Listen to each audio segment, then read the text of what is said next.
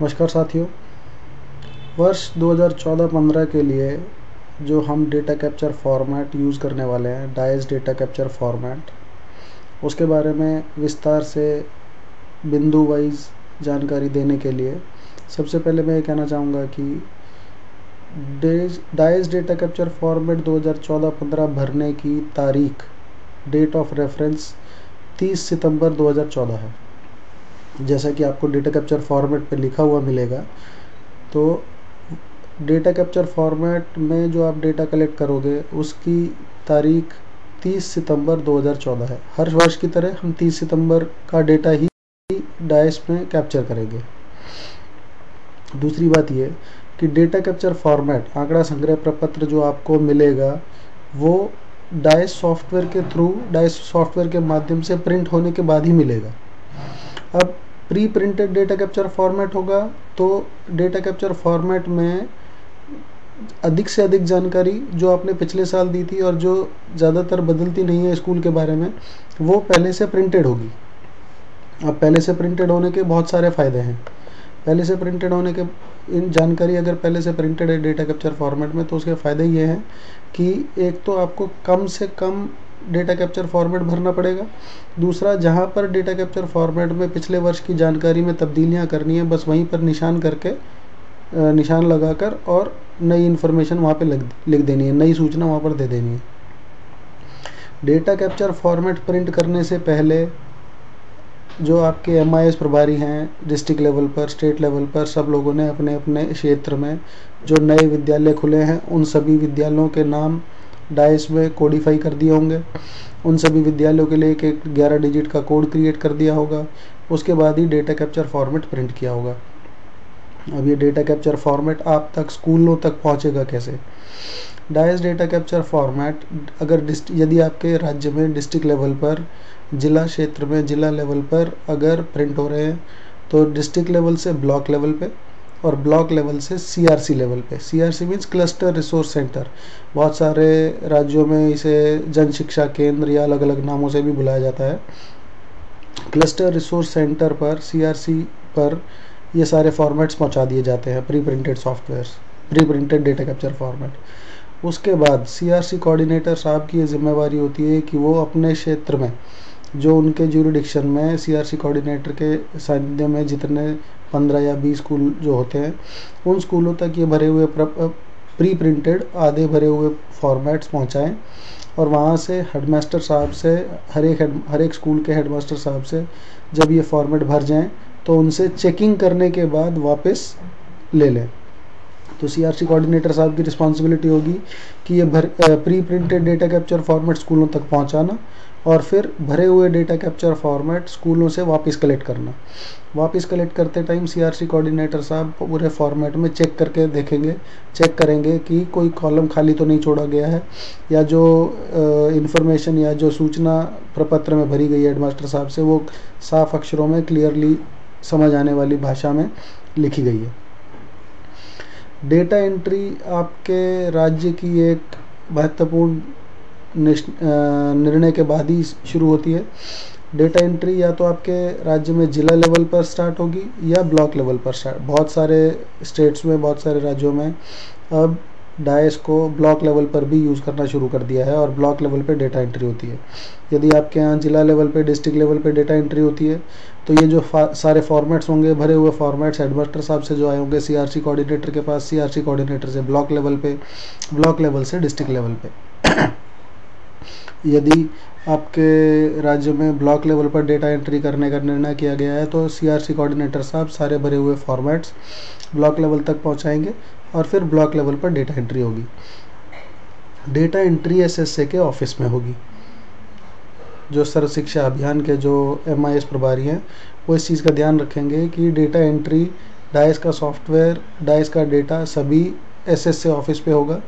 लेकिन RMSA के जो MIS प्रभारी हैं, RMSA के जो लोग हैं आपके क्षेत्र में, उन लोगों के साथ मिलकर ही आपको डेटा एंट्री करनी है। डेटा कैप्चर फॉर्मेट भी SSA RMSA दोनों लोग मिलकर ही कलेक्ट करवाएंगे। डेटा एंट्री भी RMSA और SSA के लोग मिलकर करेंगे। और उसके बाद डेटा कंसिस्टेंसी चेक भी SSA RMSA के लोग मिलकर करेंगे, डेटा फाइनलाइजेशन भी SSA RMSA के लोग मिलकर ही करेंगे। डेटा एक बार फाइनल होने के बाद डेटा पे आप रिपोर्ट्स जनरेट करोगे, रिपोर्ट जनरेट करने के बाद आप डेटा शेयर करोगे हेडमास्टर्स के साथ, स्कूल्स के साथ, CRC कोऑर्डिनेटर के साथ, सभी के साथ ये डेटा शेयर किया जाएगा। जब ये डेटा आपके ब्लॉक लेवल पे या डिस्ट्रिक्ट लेवल पे फाइनल हो जाए तब आप इस डेटा को नेक्स्ट हायर लेवल पे, अगर ब्लॉक लेवल पे एंट्री की है तो डिस्ट्रिक्ट लेवल पे भेजेंगे, अगर डिस्ट्रिक्ट लेवल पे एंट्री की है तो डेटा फाइनल होने के बाद आप स्टेट लेवल पे जमा करेंगे। अब डेटा कैप्चर फॉर्मेट का बिंदुवार एक एक पॉइंट वाइज अगर हम देखें कि किस तरह से डेटा कैप्चर फॉर्मेट आपको भरना है, तो वहाँ पर आप देखेंगे कि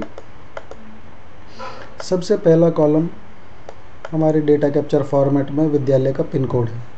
ये जो फॉर्मेट आपके सामने स्क्रीन पर है ये हिंदी भाषा में सॉफ्टवेयर के थ्रू जो प्रिंट डेटा कैप्चर फॉर्मेट हुआ है उसका है। यदि आप इसी का इंग्लिश वर्जन देखेंगे तो खाली डेटा कैप्चर फॉर्मेट इंग्लिश का बाय डिफ़ॉल्ट इस तरह का होता है, जहाँ पर कि पहला कॉलम डाइस कोड 11 अंकों का डाइस कोड है, जो कि सॉफ्टवेयर के थ्रू जब डेटा कैप्चर फॉर्मेट प्रिंट हुआ तो पहले से ही 11 अंकों का हर एक स्कूल को जो कोड दिया गया है यूनिक कोड वो यहाँ पर प्रिंटेड होगा। उसके बाद एकेडमिक ईयर वर्ष 2014-15 के लिए है, तो इस तरह से वर्ष 2014-15 के लिए 2014-15 ये लिखा होगा, आपको ये भरने की ज़रूरत नहीं है, सॉफ्टवेयर में पहले से भरा होगा। उसके बाद पहला क्वेश्चन स्कूल नेम, विद्यालय का नाम कैपिटल लेटर्स में बड़े अक्षरों में आपको यहाँ पर विद्यालय का पूरा नाम लिखना है। यदि विद्यालय का नाम गवर्नमेंट गर्ल्स प्राइमरी स्कूल है तो आप GGPS ना लिखकर यहाँ पर विद्यालय का पूरा नाम गवर्नमेंट गर्ल्स प्राइमरी स्कूल वो पूरा लिखेंगे। यहाँ पर मैक्सिमम 100 कैरेक्टर्स 100 कैरेक्टर्स की लेंथ दी गई है, तो आप 100 अक्षरों में मैक्सिमम 100 अक्षरों में आप एक नाम पूरा विद्यालय का नाम लिख सकते हैं। उसके बाद school is located in rural area और अर्बन एरिया, क्या ये विद्यालय ग्रामीण क्षेत्र या अर्बन शहरी क्षेत्र में स्थित है। अगर ये विद्यालय ग्रामीण क्षेत्र में स्थित है तो उसके लिए कोड संख्या 1, यदि शहरी क्षेत्र में स्थित है तो उसके लिए कोड संख्या 2। यदि आप हिंदी का प्रपत्र भी देखें तो विद्यालय कहाँ स्थित है, ग्रामीण क्षेत्र में या शहरी क्षेत्र में, तो इस तरह से आप वैल्यू लिखेंगे, इस तरह से आप उसका ग्रामीण क्षेत्र या शहरी क्षेत्र का कोड लिखेंगे। उसके बाद यदि विद्यालय ग्रामीण क्षेत्र में स्थित है तो हैबिटेशन का नाम, और यदि विद्यालय अर्बन शहरी क्षेत्र में स्थित है तो मोहल्ला या उसके अर्बन प्लानिंग यूनिट का यहाँ पर नाम लिखेंगे। इसी तरह यदि शहरी क्षेत्र में स्थित है तो वार्ड नंबर, यदि ग्रामीण क्षेत्र में स्थित है तो गांव का नाम। उसके बाद 6 अंकों का पिन कोड, ये विद्यालय जिस क्षेत्र में स्थित है उस क्षेत्र का जो पिन कोड होगा 6 अंकों का पिन कोड ये लिखना कंपलसरी है, ये लिखना मैंडेटरी है, अनिवार्य है। ग्राम पंचायत का नाम, यदि शहरी क्षेत्र है तो यदि ग्रामीण क्षेत्र है तो ग्राम पंचायत का नाम। क्लस्टर रिसोर्स सेंटर का नाम, अब क्लस्टर रिसोर्स सेंटर जैसे कि हमने अभी पहले बात की थी, क्लस्टर रिसोर्स सेंटर क्या होता है। क्लस्टर रिसोर्स सेंटर एक 20-25 स्कूलों के ग्रुप को एक क्लस्टर बना दिया जाता है, और उन स्कूलों में से 20-25 स्कूलों में से एक स्कूल को क्लस्टर रिसोर्स सेंटर मान लिया जाता है और उनके हेडमास्टर साहब को क्लस्टर रिसोर्स सेंटर कोऑर्डिनेटर का दर्जा दिया जाता है। वो क्लस्टर रिसोर्स सेंटर कोऑर्डिनेटर, वो जो हेडमास्टर साहब है, वो उन 15-20 स्कूलों के लिए या 20-25 स्कूलों के लिए कोऑर्डिनेटर होता है। कोऑर्डिनेटर का दायित्व ये है कि वो उन स्कूलों तक डेटा कैप्चर फॉर्मेट पहुंचाना और फिर वहाँ से डेटा कैप्चर फॉर्मेट, भरे हुए डेटा कैप्चर फॉर्मेट कलेक्ट करना, उनकी चेकिंग करना और उन डेटा कैप्चर फॉर्मेट्स को ब्लॉक लेवल तक पहुँचाना। उसके बाद community development block, revenue block या मंडल या तालुक, जो ये विद्यालय जिस ब्लॉक में है उसका नाम, एजुकेशनल ब्लॉक का नाम, असेंबली कॉन्स्टिट्यूएंसी का नाम, म्यूनिसिपैलिटी का नाम, सिटी का नाम, और फिर फ़ोन नंबर। फ़ोन नंबर किसके लिखने हैं, ऑफिस का फ़ोन नंबर, स्कूल ऑफिस का या हेड ऑफ द स्कूल का phone number, landline number, along with STD code. STD code के सहित आप वहाँ का मोबाइल नंबर लिखें, लैंडलाइन नंबर लिखेंगे, और यदि मोबाइल नंबर है तो मोबाइल नंबर भी लिखेंगे। उसके बाद रिस्पोंडेंट मीन्स जिसने ये डेटा कैप्चर फॉर्मेट भरा है। बहुत से केसेस में ऐसा भी होता है कि हेडमास्टर साहब ये दायित्व, डेटा कैप्चर फॉर्मेट भरने का दायित्व अपने किसी सीनियर टीचर को दे देते हैं तो यहाँ पर टीचर का लैंडलाइन नंबर यदि है, या फिर स्कूल का नंबर, या टीचर का, हेडमास्टर साहब का, या जिस रिस्पोंडेंट जिसने ये फॉर्मेट भरा है उनका मोबाइल नंबर। यदि विद्यालय का कोई ईमेल आईडी है तो ईमेल आईडी भी लिखेंगे, और यदि विद्यालय का कोई वेबसाइट का एड्रेस है तो वेबसाइट एड्रेस लिखेंगे। उसके बाद स्कूल कैटेगरी, ये बहुत महत्वपूर्ण एक वेरिएबल है। स्कूल कैटेगरी होता है कि स्कूल प्राइमरी ओनली है, या प्राइमरी विद अपर प्राइमरी है, या primary with upper primary and secondary है, किस तरह का स्कूल है उसका एक कोड संख्या यहाँ पर लिखेंगे। यदि विद्यालय 1 से 5 का है तो प्राइमरी ओनली के लिए कोड संख्या 1। यदि विद्यालय 1 से 8 का है, पहली से 8वीं तक, तो कोड संख्या 2। यदि विद्यालय 1 से 12 का है तो कोड संख्या 3। यदि विद्यालय 6ठी से 8वीं का है तो कोड संख्या 4। यदि 6 से 12 तक का विद्यालय है तो कोड संख्या 5। यदि पहली से लेकर 10वीं तक का विद्यालय तो कोड संख्या 6। यदि 6ठी से 10वीं तक का विद्यालय है तो कोड संख्या 7। यदि विद्यालय में केवल 9वीं और 10वीं ही पढ़ाई जाती है तो कोड संख्या 8। यदि विद्यालय में 9वीं से 12वीं तक की पढ़ाई होती है तो कोड संख्या 10। यदि विद्यालय में केवल 11वीं और 12वीं की पढ़ाई कराई जाती है तो कोड संख्या 11 भरेंगे। इसी पैरामीटर, इसी वेरिएबल, इसी बिंदु से लिंक्ड है एक और variable, lowest class in the school. विद्यालय में निम्नतम कक्षा और विद्यालय में उच्चतम कक्षा। यदि विद्यालय का कोड, यदि विद्यालय की कैटेगरी प्राइमरी ओनली है तो लोएस्ट क्लास में कक्षा, lowest class in the school में कक्षा 1 और हाईएस्ट क्लास में कक्षा 5।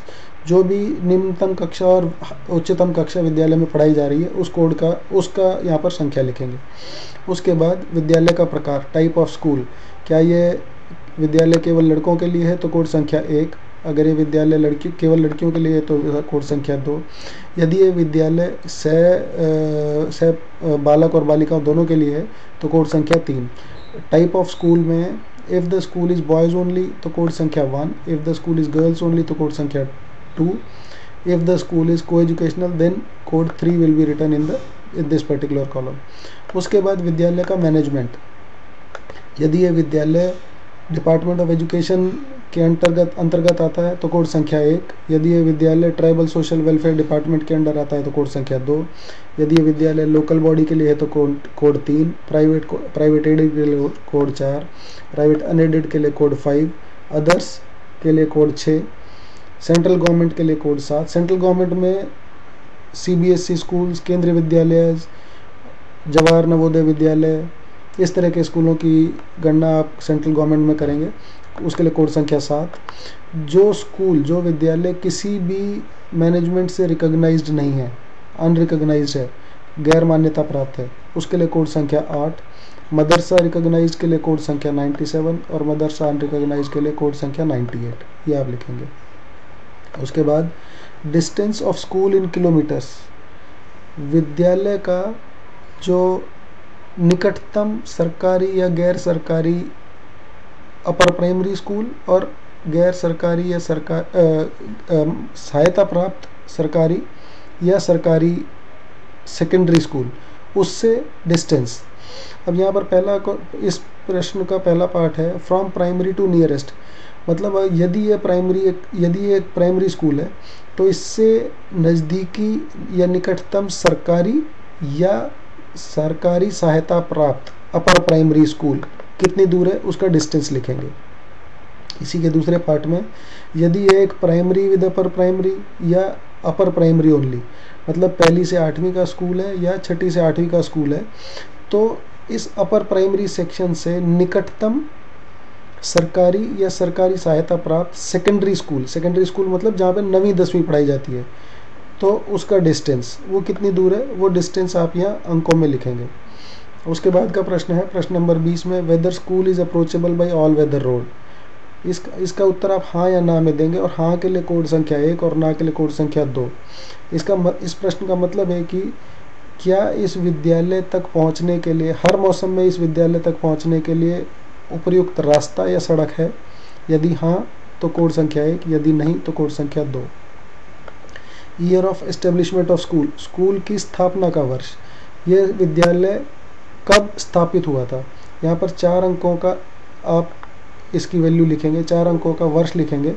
अब यहाँ पे year of establishment of school में एक बात क्लेरिफाई कर देना चाहिए कि यदि एक विद्यालय 1950 में प्राइमरी स्कूल एक स्थापित हुआ था। मान लीजिए कक्षा 1 से 5 तक की पढ़ाई स्टार्ट हुई थी वहाँ पर 1950 में।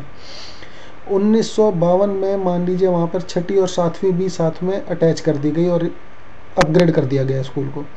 तो आप ईयर ऑफ एस्टेब्लिशमेंट में 1950 ही लिखेंगे, क्योंकि ईयर ऑफ एस्टेब्लिशमेंट 1950 जब वो विद्यालय स्थापित हुआ था, वो वाला यहाँ पर ईयर लिखना है। उसके बाद year of recognition of school, ये इस स्कूल को मान्यता कब मिली। एलिमेंट्री सेक्शन को, एलिमेंट्री मीन्स 1 to 8, उसको मान्यता कब मिली। सेकेंडरी मीन्स 9 to 10, उसको मान्यता कब मिली। और higher secondary means 1 to 12, higher secondary means 11 and 12, उस सेक्शन को मान्यता कब मिली। यदि विद्यालय 1 से 5 का है तो सिर्फ आप एलिमेंट्री में भरेंगे, 1 से 8 का है तो भी एलिमेंट्री में ही भरेंगे। अगर 1 से 10 का है या 6 से 10 का है तो आप सेकेंडरी भी भरेंगे। अगर 6 से 12 या 1 से 12 या 9 से 12 है तो आप हायर सेकेंडरी भी भरेंगे। ईयर ऑफ अपग्रेडेशन ऑफ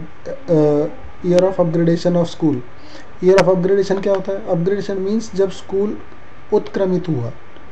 जैसे अभी मैंने पहले यहाँ पर जब हम बात कर रहे थे क्वेश्चन नंबर 21 में कि ईयर ऑफ एस्टेब्लिशमेंट, स्कूल स्थापित हुआ 1950 में, लेकिन उस टाइम विद्यालय केवल प्राइमरी ओनली था, पहली से 5वीं तक। उसके बाद 1952 में अगर विद्यालय में छठी और सातवीं के लिए भी अपग्रेड कर दिया गया स्कूल को, तो वो प्राइमरी टू अपर प्राइमरी, वो वर्ष आप यहाँ लिखेंगे कि primary to upper primary school कब अपग्रेड हुआ, अपर प्राइमरी टू सेकेंडरी कब अपग्रेड हुआ और सेकेंडरी टू हायर सेकेंडरी कब अपग्रेड हुआ। लेकिन ये तभी भरना है यदि एप्लीकेबल हो, अदरवाइज नहीं भरना है।